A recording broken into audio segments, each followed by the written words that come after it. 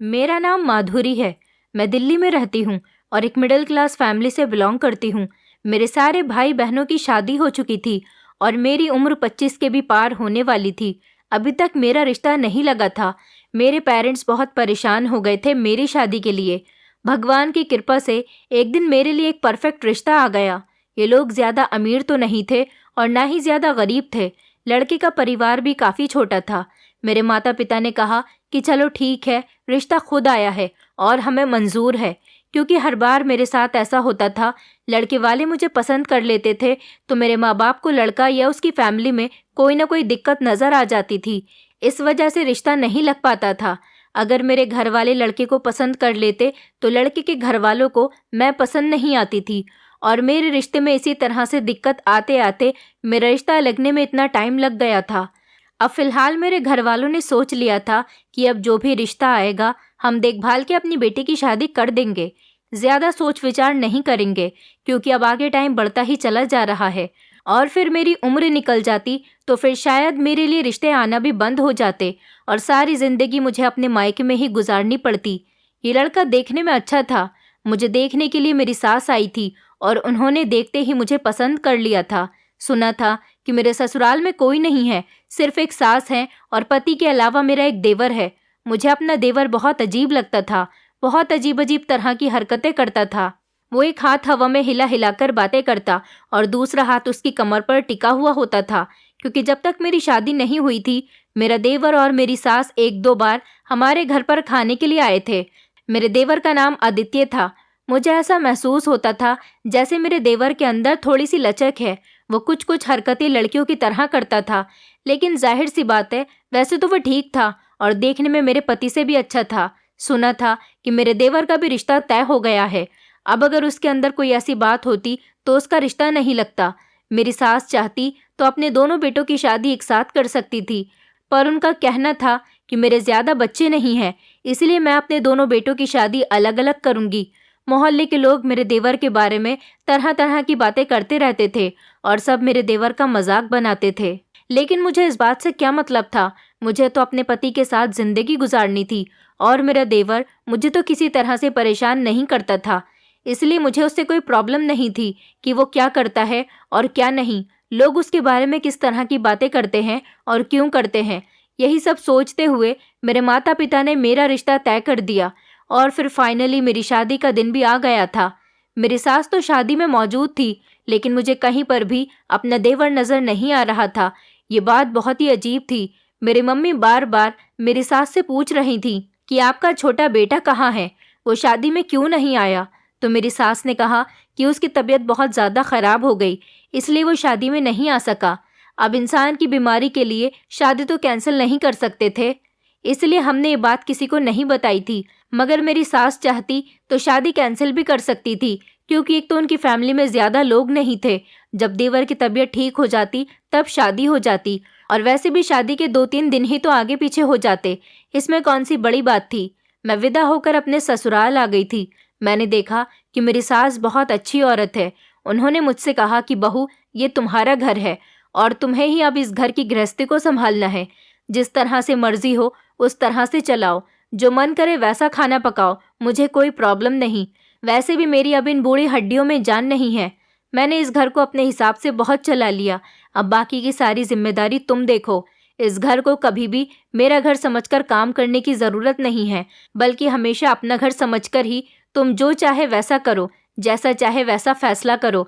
मैं तो बस अपने बच्चों को देखकर हमेशा खुश रहती हूँ और तुम भी मेरी बेटी ही हो। बस ये समझ लो कि तुम्हारी बीमार सास तुम्हारी माँ की तरह है। मैं कभी तुम्हें किसी काम के लिए रोक टोक नहीं करूँगी। तुम अपने हिसाब से ही सारे काम संभालना, और जब भी तुम्हें मेरी ज़रूरत हो तो मैं हमेशा तुम्हारी मदद करूँगी। मेरी सास सच में बहुत अच्छी थी और वो जब भी बात करती थी ऐसा लगता था जैसे कि बहुत मोहब्बत से बात करती है। मैंने देखा कि एक दिन मेरे देवर की जेब बहुत ज़्यादा मोटी हो रही थी। वो हंसते हंसते अपनी माँ के कमरे में चला गया था। मेरी सास भी अपने कमरे में ही मौजूद थी। मुझे लगा कि मेरा देवर अपनी माँ के लिए कोई गिफ्ट लेकर आया होगा। मुझे ये सब कुछ देखकर बहुत खुशी हुई थी कि मेरा देवर अपनी माँ के लिए गिफ्ट लेकर आया था। भला माता पिता को भी तो गिफ्ट देने का हक बनता है। मेरी शादी को 1 हफ्ता हो गया था, लेकिन अभी तक मेरे पति ने मुझे कोई गिफ्ट नहीं दिया था। फिर शाम को जब मेरे हस्बैंड घर आए तो मैंने उनसे कहा कि क्या आपको अपनी पत्नी को गिफ्ट देने का मन नहीं करता? जब से हमारी शादी हुई है आपने मुझे कोई गिफ्ट ही नहीं दिया और ना ही आप मुझे कहीं बाहर घुमाने लेकर गए हो। आदित्य को देखो, आज वो माँ जी के लिए चोरी चुपके कोई गिफ्ट लेकर आया था। एक आप हो, आप तो मुझे लगता है अपनी माँ को भी कोई गिफ्ट नहीं देते होगे। अगर माँ को देते होते तो पत्नी को भी ज़रूर देते। मेरे पति ने कहा, बताओ तुम्हें क्या चाहिए? मैंने कहा, कुछ भी जो आपको पसंद हो। आप मेरे लिए जो भी लेकर आओगे मैं उसे खुशी खुशी एक्सेप्ट कर लूँगी। उन्होंने कहा कि मैं तुम्हें तुम्हारी पसंद की शॉपिंग करवा दूंगा, लेकिन जो आदित्य माँ के लिए लेकर आया है वो कोई गिफ्ट नहीं है। मैंने कहा कि आपको कैसे पता? तो उन्होंने कहा, मैं सब कुछ अच्छी तरह से जानता हूँ। वो मुस्कुराकर कमरे से बाहर चले गए। मेरे पति ने मुझे पूरी बात नहीं बताई और मैं भी हैरान रह गई थी, क्योंकि इसके अलावा एक और बात मैंने देखी थी, वो ये कि मेरे देवर का मुंह हमेशा चलता रहता था।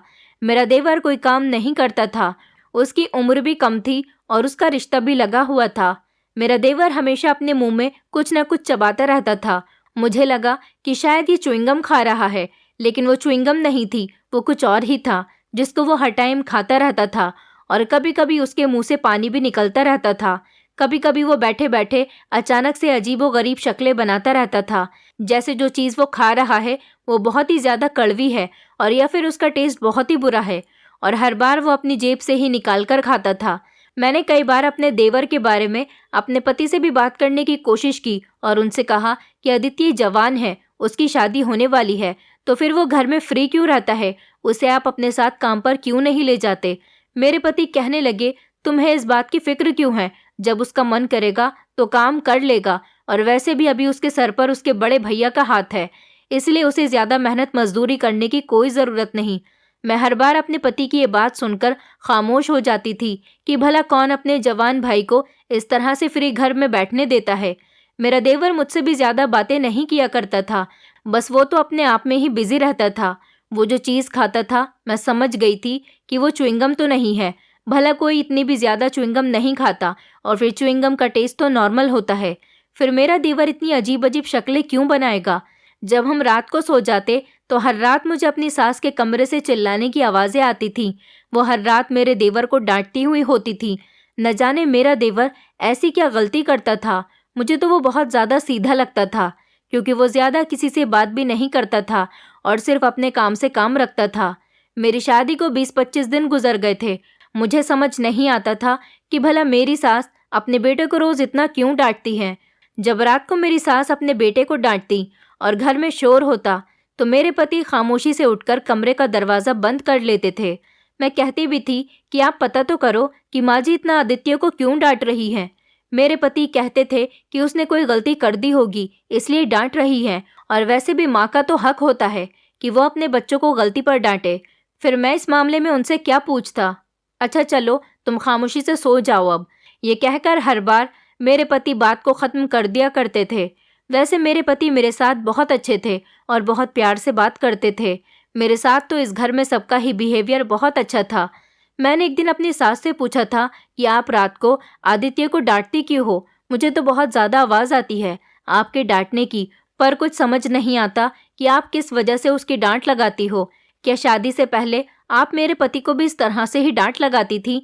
मेरी सास कहने लगी, अरे नहीं नहीं, तुम्हारा पति तो बहुत समझदार है। हाँ, लेकिन जब वो छोटा था और मुझे बहुत तंग करता था तब मैं उस पर डांट लगा दिया करती थी, लेकिन उसने मुझे ज़्यादा तंग नहीं किया। मेरा बड़ा बेटा बहुत अच्छा और बहुत समझदार है। मेरी सास ने कहा कि मैंने अपने बड़े बेटे की परवरिश बहुत अच्छी की है। मैंने कहा, लेकिन आपने छोटे बेटे की परवरिश भी तो आपने ही की है।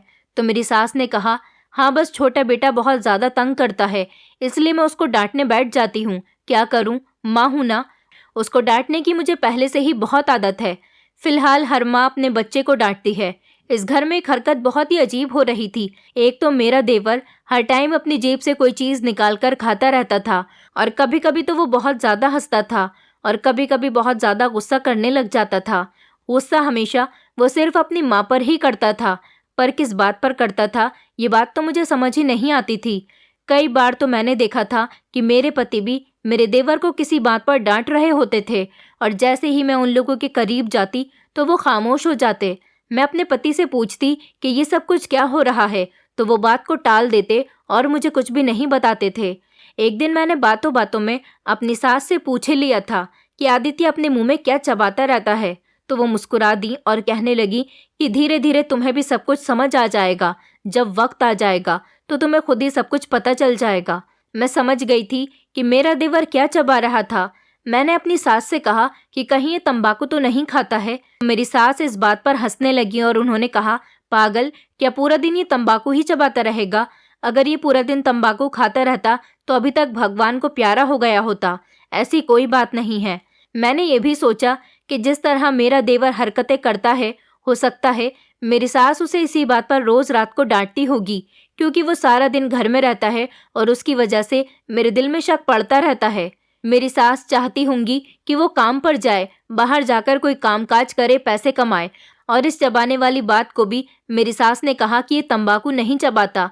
मैंने कहा, तो फिर रोज आप रात को आदित्य को डांट क्यों लगाती हो? उन्होंने कहा, नहीं, मुझे आदत हो गई है उसे डांट लगाने की।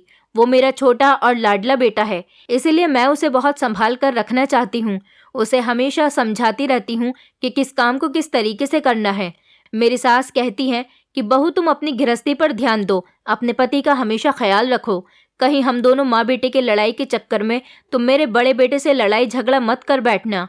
एक दिन मैंने सोचा कि मैं आज सारे घर के कपड़े धो लेती हूँ। आज मेरा कपड़े धोने का दिन था और मेरी सास ने कहा कि खाना मैं पका लूंगी, तुम कपड़े धो लेना। मैं जगह जगह से सबके कपड़े इकट्ठे कर रही थी। कमरे में जाकर सबसे पहले मैं अपने और अपने पति के गंदे कपड़े इकट्ठे करके लेकर आई, फिर अपनी सास के कपड़े उठाए। मेरी सास की बहुत अच्छी आदत थी, वो कपड़े मशीन के पास ही रख देती थी। मैं देवर के कमरे से जाकर भी उसके सारे कपड़े निकाल लाई थी। तभी अचानक मेरा हाथ मेरे देवर की एक पैंट की जेब पर लग गया, जो कि काफी भारी लग रही थी। अब जो कपड़े धोता है उसकी जिम्मेदारी होती है कि वो सबसे पहले सारे कपड़ों की पॉकेट चेक कर ले, कहीं कपड़ों में कोई जरूरी कागज या पैसे वगैरह न रह गए हों। मैं अपने देवर की पैंट की पॉकेट में हाथ डालने लगी, तभी मेरी सास जल्दी से उठी। उनके हाथ से बर्तन भी गिर गए और उन्होंने फौरन आकर मेरे हाथ से देवर की पैंट खींच ली। मैंने कहा कि आदित्य की पैंट की जेब में कुछ है और मुझे कपड़े धोने हैं, इसलिए मैं उसकी पॉकेट खाली कर रही थी। जबकि मैं भी चौंक गई, क्योंकि मेरी सास ने हरकत ही कुछ ऐसी की थी। मेरी सास ने कहा कि आदित्य के कपड़े मैं खुद धो लूंगी, जबकि सारे कपड़ों में से आदित्य के कुछ कपड़े तो वो उठाकर भी ले गई। मुझे अपनी सास की यह हरकत बिल्कुल समझ नहीं आई, जबकि अगर जेब में कोई चीज भी थी तो वो मुझे निकालने भी तो दे सकती थी। मैं कपड़े धो देती, मुझे तो कोई परेशानी नहीं थी, लेकिन वो तो कपड़े ही मेरे पास से उठाकर ले गईं। इसके बाद उन्होंने वो कपड़े मेरे सामने नहीं बल्कि आधी रात के टाइम पर धोए। जब मुझे पानी बहने की आवाज़ आई तो पता चला कि बाहर आंगन में कोई है। जब मैंने बाहर निकलकर देखा तो मेरी सास ही थी और मेरे देवर के कपड़े धो रही थी, और फिर रस्सी पर कपड़े फैलाकर कमरे में सोने के लिए चली गई थी।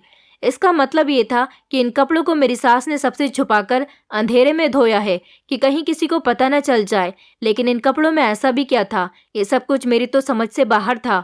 अब तो मुझे ये जानने में इंटरेस्ट होने लगा था कि आखिर मेरे देवर की पैंट की जेब में ऐसा क्या होता है। कोई ऐसी चीज जरूर है जिसे वो पूरा दिन खाता रहता है, और ये चीज जो भी थी, इससे पैंट की पॉकेट पूरी तरह से फूली हुई होती थी। इसके बाद रोज मेरी सास अपने छोटे बेटे को रात को डांट लगाती थी, उस पर चिल्लाती थी। मेरे पति को इस बात से कोई मतलब नहीं होता था और मेरा पति भी अपने भाई को बहुत डांटता था। एक दिन तो मैंने देखा कि मेरे पति ने अपने भाई पर हाथ उठाया था और आदित्य की आंखों में आंसू थे।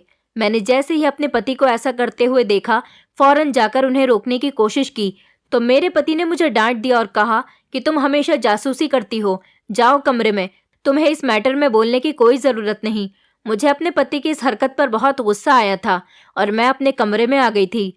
भला ये माँ बेटा आदित्य के पीछे क्यों पड़े रहते थे? उसी रात को हम दोनों पति पत्नी सो रहे थे और कमरे का दरवाज़ा बंद था। आधी रात को किसी ने कमरे का दरवाज़ा ज़ोर ज़ोर से खटखटाया। मेरे पति की शक्ल भी अजीब सी हो गई थी, क्योंकि हम लोग बहुत गहरी नींद में सो रहे थे। मेरे पति उठते हुए कहने लगे कि अब ये क्या मुसीबत आ गई है। जैसे ही उन्होंने दरवाज़ा खोला तो मेरी सास मेरे पति का हाथ पकड़कर उनको एक तरफ ले गई और उनके कान में कुछ खुसुर पुसुर करने लगी।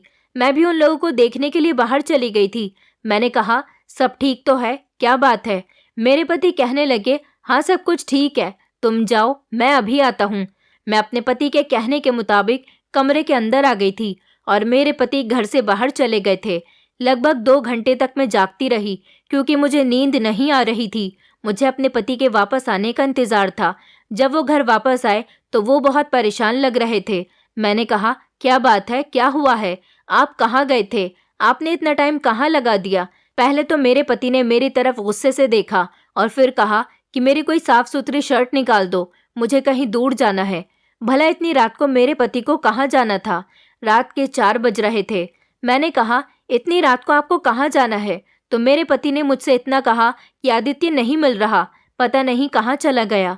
मैं ये बात सुनकर हैरान रह गई थी कि अगर वो कहीं चला गया है तो वो बच्चा तो नहीं है कि उसे ढूंढने के लिए इंसान आधी रात को घर से बाहर निकल जाए। वो अपने किसी दोस्त के घर चला गया होगा। लेकिन मेरे पति ने कहा कि नहीं, तुम नहीं समझोगी, ये बात बहुत परेशानी वाली है। मैंने उनको शर्ट निकाल कर दे दी और मेरे पति घर से बाहर चले गए और फिर सुबह के टाइम पर आदित्य को लेकर ही घर वापस आए। मेरे देवर के चेहरे से लग रहा था कि जैसे उसको मेरे पति ने बहुत अच्छी तरह से डांट लगाई है, बल्कि उसकी पिटाई भी की गई है। फिलहाल वो अपने कमरे में चला गया था और मेरे पति कमरे में आए तो मैंने उनसे फिर से पूछा कि क्या बात है, क्या हो गया, आदित्य कहाँ गया था? तो वो कहने लगे, मेरे सर में बहुत दर्द हो रहा है, मुझसे कोई सवाल जवाब मत करो, मुझे थोड़ी देर के लिए सोने दो, सुबह मुझे काम पर भी जाना है। मेरे पति सो गए थे और फिर सुबह के लगभग 9 बजे उठ गए। मैंने उनको नाश्ता बनाकर दिया और जब वो नाश्ता कर रहे थे तब भी मैंने उनसे यही पूछा था कि क्या बात है, और मेरे पति ने मुझे भी तब कुछ नहीं बताया था। उन्होंने कहा कि इस बात को छोड़ दो और समझो कि हम पर कोई मुसीबत आने वाली थी जो कि अब टल चुकी है, इसलिए तुम्हें ज्यादा परेशान होने की कोई जरूरत नहीं। सुबह मेरी सास की मोहल्ले की एक औरत से लड़ाई हो रही थी जो अपने घर का कूड़ा साफ करके हमारे घर की साइड पर डाल देती थी। मेरी सास की और उस औरत की बहुत ही ज्यादा लड़ाई हो रही थी और इस लड़ाई में उस औरत ने बड़ी ही अजीबोगरीब तरह की बात करनी शुरू कर दी। आखिर में उसने कहा कि तुम्हारे घर में है ही कौन जो तुम आवाज देकर बुला रही हो? इस घर में तो सारे नमर्द ही रहते हैं। ये बात सुनकर मुझे बड़ी हैरानी हुई। फिर मैंने सोचा कि गुस्से में है, इसलिए वो इस तरह की बातें कर रही है। और इस औरत ने लड़ाई में इतनी बड़ी बात कह दी। बहुत ही बदतमीज औरत थी।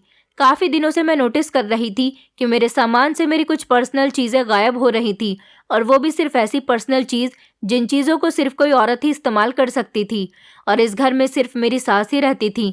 फिर मैंने सोचा कि मेरी सास इस उम्र में इस तरह की चीजें इस्तेमाल क्यों करेगी। जब किसी लड़की की नई नई शादी होती है तो उसे बहुत सामान मिलता है। मुझे भी बहुत सारा सामान मिला था, लेकिन मैं सामान के मामले में लापरवाह नहीं थी, और कुछ मेकअप की चीज, कुछ ज्वेलरी वगैरह तो कुछ आर्टिफिशियल की थी, वो सब चीज भी गायब हो गई थी और मुझे कुछ भी नहीं मिल रहा था। मेरी एक नई साड़ी भी गायब थी। मैंने इस बारे में अपनी सास को कुछ नहीं बताया था कि वो मेरे बारे में सोचेंगी कि बहू कितनी लापरवाह है। मैं परेशान थी कि भला मेरे कमरे से सामान कहाँ जा रहा था।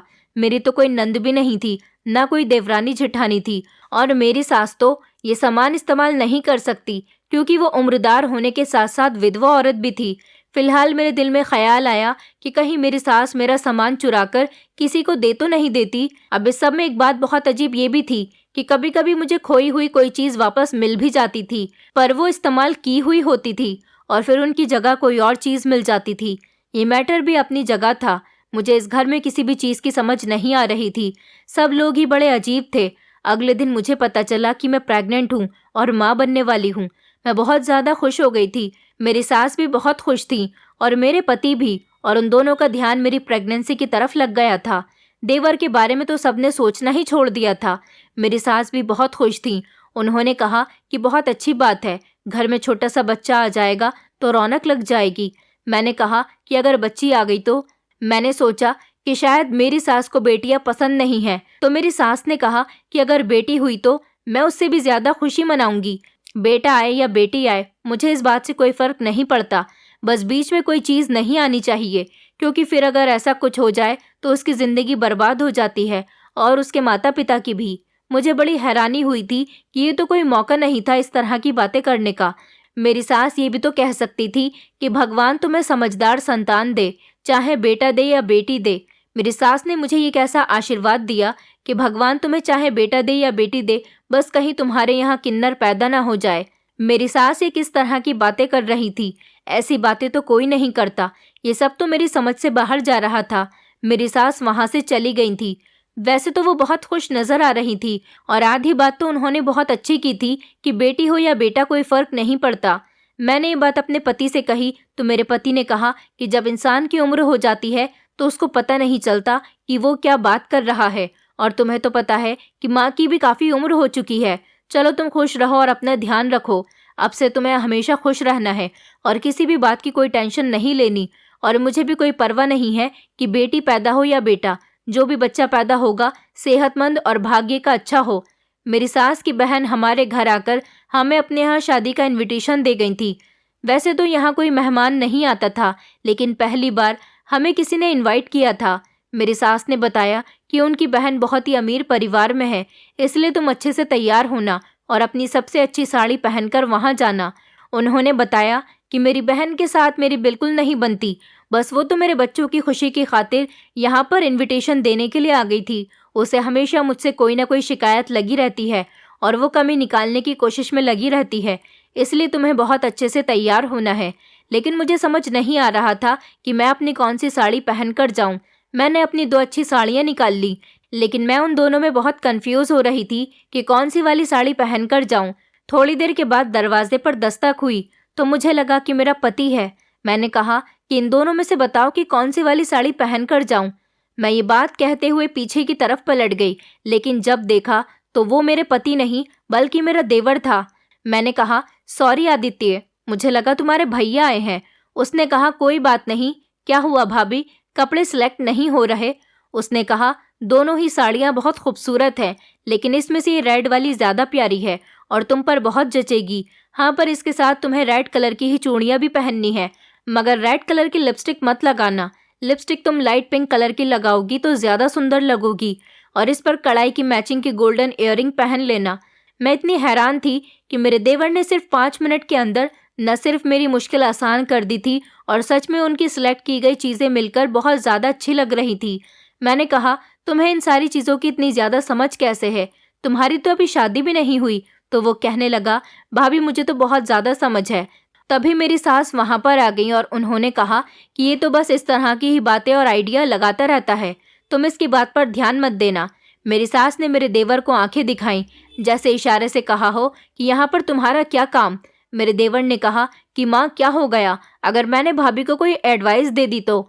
मेरी सास शर्मिंदा हो गई और अपने बेटे का हाथ पकड़कर वहाँ से लेकर चली गई। मैं बड़ी हैरान हुई कि आजकल की लड़कियों में भी इतनी तमीज़ नहीं होती जितनी मेरे देवर को थी, कि किस कपड़े के साथ किस तरह की चीज़ों का इस्तेमाल करना है, क्या पहनना है और किस तरीके से पहनना है। मेरी सास और देवर तो वहाँ शादी में नहीं गए थे, हम दोनों पति पत्नी गए थे, और मैं सच में बहुत ज़्यादा सुंदर लग रही थी। सब ने मेरी बहुत ज़्यादा तारीफ़ की थी। सब लोग कह रहे थे कि तुमने बहुत अच्छे कपड़े पहने हैं, तुम्हारी लिपस्टिक का शेड भी बहुत अच्छा लग रहा है। जब मैंने ये बात अपने पति को खुश होकर बताई तो मेरे पति ने कहा कि आदित्य की बात मत सुना करो, वो तो ऐसे ही आइडिया से बातें करता रहता है। एक और बात मैंने नोट की थी कि मेरा पति अपने भाई से कभी भी मोहब्बत से बात नहीं करता था, हमेशा उसे गुस्से से घूरता रहता था और गुस्से से ही बात किया करता था, या फिर ज़्यादा बात ही नहीं करता था। न मैंने उन दोनों को एक साथ बात करते हुए देखा था। मेरा पति तो अपने भाई के साथ इस तरह से पेश आता था जैसे उन्हें उस पर बहुत गुस्सा हो और वो उसे अपनी डांट के डर से कुछ समझाने की कोशिश कर रहे हों, जो कि वो समझ नहीं रहा हो। और मेरी सास भी हमेशा अपने बेटे पर डांट लगाती रहती थी। मुझे ऐसा लगता था जैसे आदित्य इस घर का हिस्सा ही नहीं, वो इस घर का मेंबर ही नहीं है, उसकी इस घर में कोई वैल्यू नहीं है, क्योंकि उसका भाई और उसकी माँ उसकी कोई इज्जत नहीं करते थे, जबकि वो बेचारा किसी से भी बदतमीजी तक से बात नहीं करता था। एक दिन मेरे पति को अपने छोटे भाई से कोई काम हुआ तो वो भी उन्होंने गुस्से से ही बात करके करवाया था, और ज़्यादातर मेरी सास ही अपने छोटे बेटे के काम किया करती थी। मुझे तो वो उसका कोई भी काम करने नहीं देती थी। मुझे तो कोई गड़बड़ ज़रूर लगती थी। ज़रूर इन सब लोगों के बीच कुछ ऐसा चल रहा था जो ये मुझसे छुपाने की कोशिश कर रहे थे। और मेरे देवर, उसके साथ ये दोनों माँ बेटे अत्याचार करते थे। मैंने अपने दिमाग में सोचा कि कहीं ऐसा तो नहीं कि मेरा देवर मेरी सास का सगा बेटा ना हो, मेरा पति उनका सगा बेटा हो, तभी तो वो अपने बड़े बेटे से ज़्यादा प्यार करती हैं और छोटे बेटे को हमेशा डांटती रहती हैं। मेरे पति और सास की तो मेरे देवर के साथ बिल्कुल भी नहीं बनती थी। पता नहीं इसकी क्या वजह थी, ये तो मेरी आज तक समझ में नहीं आई थी। एक दिन मैं घर पर अकेली थी। मेरी सास भी घर पर नहीं थी। वो मोहल्ले के ही किसी घर में गई हुई थी। पूरे घर की सफाई लगाने के बाद घर का बहुत ज़्यादा कूड़ा इकट्ठा हो गया था और सारे कूड़े को फेंकने के लिए मैं अपने घर से बाहर निकल गई थी। वहाँ गई तो वहाँ पर बड़ा सा डस्टबिन रखा हुआ था, जो कि हमारी गली के सारे घरों के आगे ही रखा हुआ होता था। लोग अपने घर का कूड़ा उसके अंदर डाल दिया करते थे और कूड़े वाला आता और वहाँ से सबका कूड़ा उठाकर ले जाता था। मैं डस्टबिन के अंदर कूड़ा डालने गई तो मैं हैरान रह गई थी, क्योंकि डस्टबिन के अंदर पहले से ही मेरे देवर की 2-3 जीन्स पड़ी हुई थी, जो कि वो पहनता था और मैंने उसे पहने हुए देखा था। मैंने उसके कपड़ों को उठाया तो वो बहुत भारी लग रही थी। मैं वो जीन्स उठाकर साथ अपने कमरे में ले गई, क्योंकि आज मुझे देखना था कि मेरे देवर के कपड़ों के अंदर ऐसा क्या होता है। मैंने बड़ी सावधानी के साथ कमरे का दरवाज़ा अंदर से बंद कर लिया, क्योंकि इस टाइम मेरे पति के घर आने का टाइम हो रहा था और मेरी सास पड़ोस में ही गई हुई थी। अगर वो मौके पर भी आ जाती तो मैं उनसे कह देती कि मैं कमरे के अंदर दरवाज़ा बंद करके कपड़े चेंज कर रही थी। लेकिन मैंने जल्दी जल्दी पैंट की जेब से वो सामान निकाला तो उसके अंदर जो चीज़ थी उसे देखकर मैं हैरान रह गई, क्योंकि उसकी जीन्स की पैंट की जेब में कोई एक चीज़ नहीं बल्कि काफ़ी सारी चीज़ें मौजूद थी। एक चीज़ तो ऐसी थी जिसे देखकर मैं हैरान रह गई थी, और वो इमली थी। मेरा देवर इमली खाया करता था, लेकिन इमली तो सिर्फ लड़कियां ही शौक से खाती हैं। और दूसरी चीज़ थी मेरी लिपस्टिक, जो काफ़ी दिनों से मुझे नहीं मिल रही थी, और मेरे इयररिंग भी, जिनको मैं काफ़ी दिनों से ढूंढ रही थी। मैं बहुत हैरान थी कि मेरे देवर की पैंट की जेब में मेरी चीज़ें क्या कर रही थी, वो भी ऐसी चीज़ें जिससे श्रृंगार किया जाता है। फिर मैंने अपने दिमाग पर जोर दिया कि मेरा देवर थोड़ी लचक कमर वाला था। ये बात तो सभी जानते थे। इसके अलावा मेरा देवर इमली भी खाता था और उसको लड़कियों की चीज़ों के बारे में बहुत पता था। ये सब बातें तो किसी और तरफ ही इशारा कर रही थी, लेकिन ऐसा कैसे हो सकता था। शाम हुई तो मैंने ये बात अपनी सास को बता दी और फिर अपने देवर की जीन्स की पैंट भी दिखा दी और सारा सामान भी दिखा दिया जो उसके कपड़ों से निकला था। मेरी सास ने कहा कि चलो मैं तुम्हें आज सब कुछ बता ही देती हूँ, क्योंकि आज तुम हमारे परिवार का ही हिस्सा हो। वैसे भी कभी ना कभी तो ये सब तुम्हें पता ही चल जाना था, और अच्छा हुआ तुम्हें जल्दी ही पता चल गया। मेरी सास कहने लगी, पता नहीं तुम क्या क्या सोचती होगी। मैंने कहा कि मैं बहुत हैरान हूँ, आप लोग मुझसे बातें छुपाते क्यों हैं? इस घर में जो भी हो रहा है मुझे भी तो पता होना चाहिए। आपने पहले दिन ही कहा था कि ये मेरा भी घर है। मेरी सास ने मेरे सर पर हाथ रखा और कहा कि बेटा, मैं तुम्हें एक बात बताती हूँ, तुम परेशान मत हो। और फिर उन्होंने मुझे एक ऐसी बात सुनाई जिसे सुनकर मैं बहुत ज़्यादा हैरान हो गई थी। उन्होंने कहा कि तुम्हारा देवर मर्द नहीं है बल्कि नामर्द है। मैं ये बात सुनकर चौंक गई थी। मैंने कहा, लेकिन आपने तो आदित्य का रिश्ता लगाया हुआ है। मेरी सास ने कहा कि उसका रिश्ता मैंने सिर्फ उसको डराने के लिए लगा दिया था, ताकि उसे ये बात महसूस हो जाए कि वो मर्द है, और सारे रिश्तेदारों में ये बात फैला दी थी कि मैंने अपने छोटे बेटे का रिश्ता लगा दिया, ताकि लोगों को भी पता चले कि मेरा बेटा नामर्द नहीं है। मेरा बड़ा बेटा तो ठीक है। जब मैंने अपने छोटे बेटे को जन्म दिया और जब मुझे ये बात पता चली कि मेरा आदित्य नामर्द है, तो मेरे दिल को बहुत ज़्यादा तकलीफ पहुंची थी। पता नहीं मैंने ऐसी कौन सी गलती कर दी थी जो भगवान ने मुझे इस चीज़ की सज़ा दी। आदित्य की वजह से मेरी ज़िंदगी बर्बाद हो गई। मैं बहुत ज़्यादा परेशान हो गई हूँ उसको लेकर, क्योंकि उसका बस एक ही मकसद है कि मैं किसी तरह लड़की बन जाऊँ। कुछ दिन पहले जब वो आधी रात के टाइम पर गायब हुआ था, तो पता है वो कहाँ गया था? वो डॉक्टर के पास गया था। वो डॉक्टर से अपना ऑपरेशन करवाना चाहता था। फिर लास्ट मोमेंट पर जाकर हमने उसे रोक लिया और वापस घर लेकर आ गए। अगर ऐसा हो जाता तो हम लोगों को क्या मुंह दिखाते? वैसे भी लोग मेरे बेटे की इन हरकतों की वजह से उसकी मजाक बनाया करते थे, और उसकी मजाक बनाने की वजह से ही मैंने उसके रिश्ते वाली बात फैला दी थी, ताकि सबका ध्यान नामर्द वाली बात से हट जाए। मेरा बेटा ऐसी हरकतें जानबूझकर करता है। वो धूम्रपान नहीं करता, बल्कि वो तो इमली खाता है, क्योंकि कहीं से सुन लिया है कि इमली खाने से औरतों की जवानी बढ़ती है। इसी तरह तुम्हारी चीज़ें चोरी करके इस्तेमाल करता रहता है। मैंने तो अपनी सारी चीज़ें ताले में बंद करके रखी हुई हैं, लेकिन तुम्हें ये बात कहती तो फिर तुम क्या सोचती कि मैं तुमसे ऐसी बातें क्यों कह रही हूँ? इसीलिए मैंने तुम्हें नहीं कहा था। मैं अपने बेटे को हर रात डांटती हूँ और उसे समझाती हूँ कि वो ऐसी हरकतें करना छोड़ दे और अपना ऑपरेशन का इरादा तो बिल्कुल अपने दिलो दिमाग से निकाल दे। मेरे साथ साथ तुम्हारा पति भी उसे बहुत समझाता है, और जब आदित्य जिद करने लग जाता है तो गुस्से में आकर मेरे बड़े बेटे का हाथ अपने भाई पर उठ जाता है। मैंने अपनी सास के हाथ पर हाथ रखा और कहा कि आपको बहुत हिम्मत है कि ऐसे इंसान की आप माँ हो और आपने उसकी परवरिश की तो उन्होंने कहा कि बेटी, औलाद तो औलाद ही होती है, वो जैसी भी हो, पर है तो मेरे शरीर का एक हिस्सा ही। यही वजह है कि मैं उसे काम पर भी नहीं भेजती, क्योंकि अगर वो घर से बाहर निकलकर कहीं काम करने जाएगा तो लोग उसे कहीं का नहीं छोड़ेंगे। मैंने कहा कि इस तरह से फिर हम आदित्य को कैद करके कब तक रखेंगे, हमें इसका इलाज करवाना होगा। मेरी सास कहने लगी, क्या इलाज? इसका इलाज तो वही है। क्या तुम मेरे बेटे का ऑपरेशन करवाकर उसको लड़की बनाना चाहती हो? मैंने अपनी सास से कहा कि नहीं माँ जी, हमें किसी अच्छे साइकेट्रिस्ट को आदित्य को दिखाना होगा, हमें उसके दिमाग का इलाज करवाना होगा। मेरी सास ने कहा कि साइकेट्रिस्ट के इलाज में तो बहुत ज़्यादा पैसे खर्च होंगे। मैंने कहा कि हम पैसे जमा करेंगे, लेकिन आदित्य का इलाज करवाकर उसको ठीक करने की कोशिश करेंगे, और मुझे उम्मीद है कि वो बिल्कुल ठीक हो जाएगा, क्योंकि इस तरह तो कोई भी हल नहीं निकल सकता। इस तरह तो हम लोग मुश्किल में ही रहेंगे। मेरी आंखों में आंसू आ गए थे। मैंने अपनी सास से कहा कि माँ जी, आप मुझे ये बात पहले बता देती तो मैं आपकी पहले मदद कर देती। उन्होंने मुझसे कहा कि बेटी, मैं इस तरह की बात करते हुए तुमसे भी यही उम्मीद लगा रही थी कि कहीं तुम भी मेरे बेटे की लोगों की तरह मजाक न बनाओ। मैंने अपनी सास से कहा कि नहीं माँ जी, ऐसी कोई बात नहीं है। अगर हर इंसान ऐसे लोगों की मजाक बनाता रहेगा तो फिर ऐसे लोग तो आत्महत्या कर लेंगे। उन्होंने मुझे अपने गले से लगा लिया। मेरे पति को भी पता चल गया था कि मुझे आदित्य के बारे में सब कुछ पता चल चुका है। मैं पढ़ी लिखी थी, इसलिए मैंने ट्यूशन पढ़ाना शुरू किया। मेरे पास काफ़ी सारे बच्चे पढ़ने आने लगे। मेरे पति की कमाई से तो घर का खर्च चल रहा था। मेरे पास इतने ज़्यादा बच्चे आने लगे कि मैंने कोचिंग सेंटर खोल लिया और लगभग 7-8 महीनों में 3 लाख रुपए इकट्ठे कर लिए और अपने देवर के इलाज की शुरुआत कर दी। इसी तरह से फिर उसके बाद मेरे पति ने अपने मालिक से कुछ एडवांस ले लिया और मेरे देवर का इलाज चलता रहा। लगभग 2 साल के इलाज के बाद मेरा देवर काफ़ी हद तक ठीक हो गया। जब मेरा देवर ठीक हो गया तो उसने अपनी इन हरकतों को पूरी तरह से बंद कर दिया। उसके बाद हमने अपने देवर का रिश्ता लगाया और अब मेरे देवर की शादी हो चुकी है और मैं भी एक बच्चे की माँ हूँ। अब हमारी फैमिली में सब कुछ बिल्कुल ठीक है और सब लोग बहुत खुशी खुशी एक साथ रहते हैं। दोस्तों, उम्मीद करती हूँ आपको हमारी कहानी पसंद आई होगी। कहानी पसंद आई है तो वीडियो को लाइक करें, चैनल पर नए हैं तो चैनल को सब्सक्राइब करें और हाँ, नोटिफिकेशन बेल को ज़रूर दबाएं ताकि अगली अपडेट सबसे पहले आपको मिले।